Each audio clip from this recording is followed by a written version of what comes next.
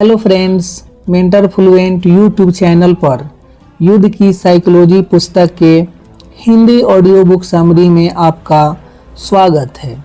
Episode 14, दुश्मन की कमजोरी आपका प्रमुख हथियार। युद्ध निश्चित ही सामर्थ्य व हथियारों से लड़े जाते हैं, सो अपनी क्षमता बढ़ानी भी जरूरी है तथा आवश्यक साधनों को एकत्रित करना भी जरूरी है।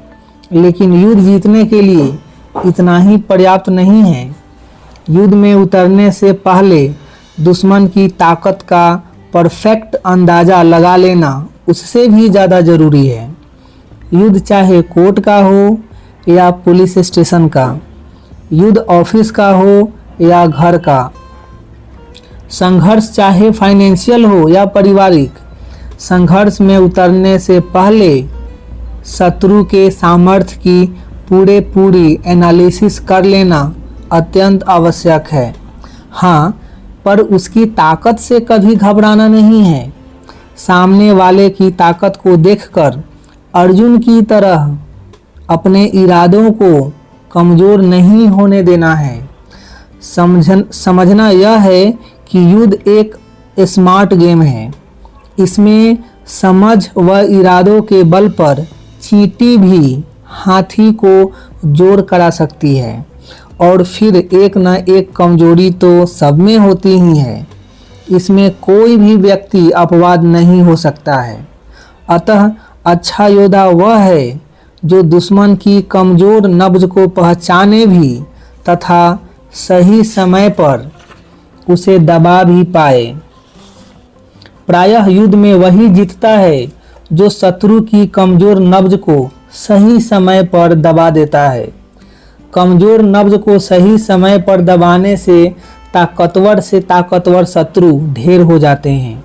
इसलिए जब युद्ध करना है तो करना ही है। होने दो दुश्मन को कितनी ही मजबूत, आप तो बस उसकी कोई एक बड़ी कमजोरी ढूंढ लो, आपका काम हो जाएगा। कुल मिलाकर युद्ध लड़ने के लिए अपनी ताकत बढ़ाने पर जितना ध्यान देते हो उससे कहीं ज़्यादा ध्यान सामने वाले की कमजोरी खोजने पर लगाओ। दुश्मन की सही कमजोरी हाथ लग जाएगी तो दुश्मन को ढेर करना आसान हो जाएगा। अब कमजोरी तो सिकंदर व हिटलर जैसों में भी होती ही है। सो शत्रु कितना ताकतवर है उससे जीतने के इरादों को कमज़ोर मत होने दो। ताकतवर शत्रु को ताकत से नहीं बल्कि उसकी कमजोरियों से हराया जाता है। इतना समझ लेना। बस इतना सीख जाओगे तो अपने से 1000 गुना बड़े दुश्मन को भी आसानी से हरा पाओगे। और जितने बड़े बड़े दुश्मन को हराओगे उतनी बड़ी छलांग जीवन में अपने आप लगा लोगे। और यदि दुश्मन की सेना को अपनी सेना बनाना सीख लिया तब तो काम ही हो जाएगा। विश्व इतिहास के सबसे स्मार्ट योद्धा कृष्ण हैं। विश्व इतिहास के सबसे स्मार्ट योद्धा कृष्ण हैं। करीब 30 वर्ष की उम्र तक तो उनकी अपनी कोई सेना भी नहीं थी, तब भी बिना सेना के उन्होंने कंस को उन्हीं की माद में जाकर मारा था। जरासंध की विशाल सेना को चकमा देकर भाग खड़े हुए थे। इसी से वे रणछोड़ कहलाए। इस रणछोड़ नीति से ही वे अपनी जान बचा पाए और जब द्वारका की स्थापना की तथा द्वारकाधीश बने तब भी सेना कुछ खास नहीं थी। पर शत्रु की कमजोरी, शत्रु का अहंकार, शत्रु की गलतफहमी और शत्रु की सेना ही जीवन भर उनके प्रमुख हथियार बने रहे। और अपनी इसी स्मार्टनेस के बल पर वे जीवन की हर जंग जीतते चले गए। अतः आप तो बस बताए जा रहे इन साइकोलॉजिकल उपायों को ग्रहण करते चले जाओ, फिर जीवन के तमाम बड़े युद्ध आसानी से जीतते चले जाओगे। और चाहो तो मेरी ही लिखी कृष्ण की संपूर्ण साइकोलॉजिकल बायोग्राफी मैं कृष्ण हूँ पढ़ लो, फिर युद्ध व प्रकृति दोनों की पूरी चाल समझ जाओगे। चालू युद्ध में अन्य कहीं डेविएट होना खतरनाक है। एक बात ऐसी है जिसे कभी मत भूलना कि युद्ध सिर्फ जीतने के लिए लड़े जाते हैं। युद्ध में सामने वाला हर हाल में केवल एक शत्रु होता है जिस पर आपको विजयी पाना रहता है। युद्ध कोई भी हो, सिर्फ इस एक स्टोरी से ही लड़ा जाता है। युद्ध में जीतने के अलावा की दूसरी कोई स्टोरी होती ही नहीं है। लेकिन प्रायः सब चालू युद्ध में भी तरह तरह की स्टोरी मिक्स करते रहते हैं और यह स्टोरी मिक्स करना योद्धा को कमज़ोर भी करा देता है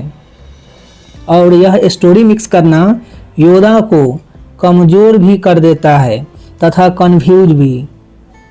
युद्ध को लालायित अर्जुन ने भी यही गलती करी थी। अचानक वह कृष्ण से कहता है कि मैं एक तुच्छ राज के लिए अपने भाइयों, गुरुओं और रिश्तेदारों को मारना नहीं चाहता। यह पाप है तथा धर्मशास्त्र भी यही कहते हैं। वह यह भी कहता है कि हम हारेंगे या जीतेंगे यह भी हम नहीं जानते। युद्ध करना पाप है या पुण्य यह भी समझ नहीं आ रहा है। कुल मिलाकर वह युद्ध में तरह तरह की स्टोरी मिक्स करने लग गया था और इसका परिणाम क्या हुआ? अर्जुन पूरी तरह कंफ्यूज हो गया। इतना बड़ा तीरंदाज अर्जुन कहने लगा कि मेरे में धनुष तक उठाने की शक्ति नहीं बची है। यदि आप भी युद्ध के समय तरह तरह की स्टोरी मिक्स करेंगे तो आपका हाल भी अर्जुन जैसा ही हो जाएगा। बस इसीलिए चेता रहा हूँ, चेत जाना। खैर, यहाँ सबसे महत्वपूर्ण बात वह है जो कृष्ण कह रहे हैं। वे अर्जुन से कहते हैं कि भाइयों से प्रेम करना अच्छी ही बात है, लेकिन दुर्भाग्य से यह प्रेम करने का सही समय नहीं है। गुरुओं का सम्मान करना ही चाहिए, परंतु युद्ध का मैदान उस हेतु सही जगह नहीं है। अतः हे अर्जुन, तेरा यह मोह गलत समय और गलत स्थान का है। तेरे इस मोह के टाइम और स्पेस का सिलेक्शन सही नहीं है। यदि यही मोह तू 20 वर्ष पहले, 10 वर्ष पहले या 1 वर्ष पहले भी कर लेता तो युद्ध की नौबत ही नहीं आती। परंतु जंग में कूदने के बाद एक योद्धा के रूप में प्रेम मोहब्बत की यह बात स्वीकार नहीं की जा सकती है। अतः आपको जितनी भी स्टोरी पर विचार करना है वह सारा विचार युद्ध प्रारंभ करने से पूर्व ही कर लेना। संपत्ति के लिए परिवार से न झगड़ना हो तो मत ही झगड़ना। धर्म, समाज व पाप पुण्य का विचार करना हो तो वह भी पहले ही कर लेना। किसी भी बात को लेकर रत्ती भर कंफ्यूज हो तो युद्ध छेड़ना ही मत। परंतु एक बार युद्ध छेड़ दी तो फिर ध्यान रख लेना कि आपकी एक ही स्टोरी होनी चाहिए। सामने वाला शत्रु है तथा आपको कृष्ण की तरह साम दाम दंड भेद से वह युद्ध जीतना है। युद्ध छेड़ने के बाद तो भगवान भी बीच में आ जाए तो उन्हें भी इग्नोर ही करना। युद्ध में जीतने के अलावा की दूसरी कोई स्टोरी मिक्स हो ही नहीं सकती है। अतः बाकी की तमाम कहानियों पर युद्ध प्रारंभ करने से पहले ही विचार कर लेना, वरना कंफ्यूज्ड भी हो जाओगे और धनुष भी नहीं उठा पाओगे और धनुष उठेगा भी नहीं। आप सीधा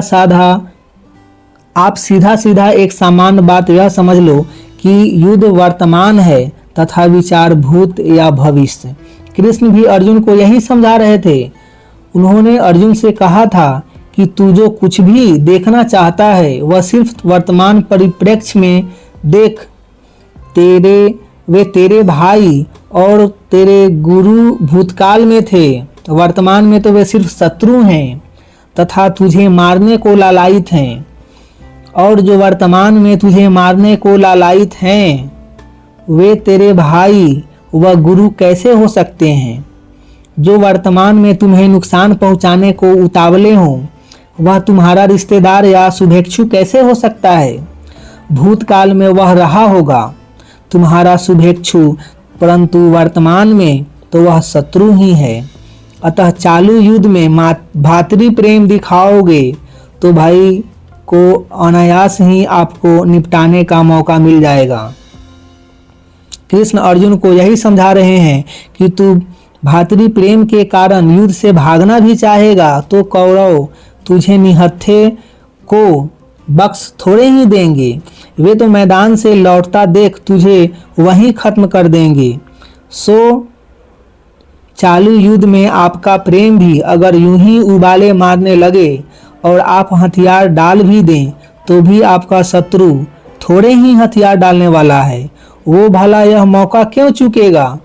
युद्ध की स्टोरी में दूसरी स्टोरी को मिक्स तो आप कर रहे हैं, वह नहीं। सो आपको समाज, धर्म, परिवार, रिश्ते या चाहे जिस किसी चीज का भी ख्याल करना हो वह पहले ही कर लेना। युद्ध प्रारंभ करने के बाद इनमें से किसी को भी बीच में मत आने देना। और यह तो कभी मत भूलना कि आधे युद्ध से भागने की कोशिश करने वाला हमेशा बेमौत मारा जाता है। कुल मिलाकर समझने वाली बात यही है कि चालू युद्ध के दरमियान तरह तरह की स्टोरी मिक्स करने वाला कहीं का नहीं रहता है। खैर, ठीक वैसे ही शत्रु कितना ताकतवर है इस बात का अंदाजा भी पहले ही लगा लेना। चालू युद्ध में अर्जुन की तरह सोचने मत बैठ जाना कि इधर मैं तो अकेला हूँ पर सामने तो द्रोण, कर्ण व भीष्म पितामह जैसे एक से एक तीरंदाज हैं। अब क्या करूं। तो यह भी युद्ध में कूदने से पूर्व ही सोच लेना चाहिए था, क्योंकि युद्ध प्रारंभ करने के बाद एक कर्ण हो या 1000 कर्ण आपको युद्ध तो लड़ना ही पड़ेगा। अतः गवर्नमेंट डिपार्टमेंट से उलझो या किसी शक्तिशाली व्यक्ति से ऐसा कुछ सोचना हो तो पहले ही सोच लेना। युद्ध प्रारंभ करने के बाद कोई कमजोर और कोई शक्तिशाली नहीं होता है। युद्ध तो जीतने की एकमात्र स्टोरी से लड़ा जाता है। चालू युद्ध में इसके अलावा की अन्य किसी स्टोरी पर विचार किया ही नहीं जा सकता है। युद्ध का माहौल इतना गर्म होता है कि तथा युद्ध की गति इतनी तेज होती है कि इसमें जीतने के अलावा की अन्य किसी स्टोरी को मिक्स करने की जगह ही नहीं होती है। यह बात मैंने भगवत गीता के सहारे पूरी स्पष्टता पूर्वक समझाई है। यकीन है कि आज के बाद युद्ध प्रारंभ करके आप उसमें अन्य कोई स्टोरी मिक्स करने का कोई प्रयास कभी नहीं करेंगे। दुश्मन के लोभ और भय आपके सबसे बड़े हथियार। एक बात कभी मत भूलना कि युद्ध का अर्थ ही साम दाम दंड भेद का खुला खेल है। सो अगर इससे ऐतराज हो या यह न आता हो तो युद्ध में उतरना ही मत। अतः हरेक को युद्ध के दरमियान शत्रु को तरह तरह के भ्रम में डालने का गुर सीखना ही पड़ेगा। उसे रह रह कर कंफ्यूज करना ही पड़ेगा। उसका ध्यान गलत जगह पर डाइवर्ट करते ही रहना होगा। और आप जानते ही हैं कि नज़र हटी नहीं कि दुर्घटना घटी नहीं। सो बार बार शत्रु की युद्ध पर से नज़र हटाते रहनी ही होगी। यह तो हुई स्मार्ट एक्ट की बात। अब यह बताओ कि मनुष्य की नज़र सबसे ज़्यादा किस चीज़ से भटकती है। तो वह सिर्फ भय और लोभ से। मनुष्य राह भटकता है या राह चेंज करता है तो सिर्फ और सिर्फ भय और लोभ के कारण। मैं बता ही चुका हूँ कि मैं गहरी व अंतिम साइको स्पिरिचुअलिटी कहता हूँ। और गहरी साइको स्पिरिचुअल बातें आसान पर लिखा सत्य है, पर गहरी साइको स्पिरिचुअल बातें आसमान पर लिखा सत्य है अतः आज के बाद आप चेक कर लेना, आप जब भी राह भटकते हैं या राह चेंज करते हैं तो उसके पीछे कोई ना कोई भय या लोभ अवश्य पाएंगे। जब तक भय या लोभ नहीं दिखेगा आप राह चेंज करेंगे ही नहीं, फिर तो जो चल रहा है उसे ही चलने देंगे। राह चेंज तो तभी करेंगे जब नुकसान से बचा जा रहा हो या फिर कोई अतिरिक्त फायदा हो रहा हो। कुल मिलाकर यह समझो कि भय और लोभ मनुष्य की सबसे बड़ी कमजोरी है। ये दोनों ही वे चीजें हैं जो बिना विलंब किए मनुष्य की सोच पर ताला लगा देती हैं। यही दो वे चीजें हैं जो उसे अंधा बना देती है। सो मनचाहा कॉम्प्रोमाइजेज करने के लिए भी तथा युद्ध जीतने के लिए भी मनुष्य की इस कमजोरी का फायदा उठाते आना जरूरी है। सामने वालों को भय या लोभ दिखाओगे तो तुरंत उसका ध्यान युद्ध पर से हट जाएगा और वह आपके चक्कर में फंस जाएगा। बस मनचाहा कॉम्प्रोमाइज करना हो तो भी तथा अंतिम वार करके चेकमेट करना हो तो भी यही श्रेष्ठ समय होता है। हाँ, पर सामने यह भी समझ लो कि आपको चालू युद्ध में भय या लोभ से डेविएट नहीं होना है। दुश्मन की परिस्थिति बिगड़ने पर वह आपको लोभ दिखा सकता है तथा उसकी परिस्थिति मजबूत होने पर वह आपको डराने का प्रयास भी कर सकता है, परंतु आपको ऐसे भय और लोभ के चक्कर में कतई नहीं पड़ना है। युद्ध उतार चढ़ाव का खेल है। इसमें हर बदलती परिस्थिति के साथ भय या लोभ पकड़ते रहोगे तो युद्ध कभी नहीं जीत पाओगे। अतः परिस्थिति कोई भी हो, आप तो बस युद्ध जीतने की एकमात्र स्टोरी से ही आगे बढ़ते चलो। आप इस स्टोरी से भटको ही मत। पर हाँ, सामने वाले को भय लोभ से भटकाने का एक ही मौका मत चूको। पर हाँ, सामने वाले को भय और लोभ से भटकाने का एक भी मौका मत चूको। कुल मिलाकर भय और लोभ एक ऐसी मानवीय कमजोरी है कि जिसका चालू युद्ध में आपको तो फायदा उठाना है, पर सामने वाले को इसका रत्ती भर फायदा नहीं उठाने देना है। बस इतना कर लोगे तो भी युद्ध में आपकी विजय सुनिश्चित हो जाएगी। इससे हमेशा या तो आप मनचाहा सेटलमेंट पालोगे या फिर युद्ध में जीत सुनिश्चित कर लेंगे। आप इस बात की हमेशा के लिए गांठ बांध लेना कि भय और लोभ का हथियार जिसको चलाना आ जाता है वह हारते युद्ध में भी कुछ न कुछ लेकर ही उठता है। लेकिन ध्यान रहे कि भय और लोभ का हथियार वही ठीक से चला पाता है जो स्वयं भय व लोभ का शिकार होना बंद हो गया है। यह मैंने आपसे भय व लोभ का स्थापित साइको स्पिरिचुअल सिद्धांत कहा है। स्मार्ट आप हैं ही, बस इसका भरपूर फायदा उठा लें। मिलेंगे नेक्स्ट वीडियो में, नेक्स्ट एपिसोड में। तब तक अपना ढेर सारा ख्याल रखिए, लाइफ को एंजॉय कीजिए, मस्त रहिए।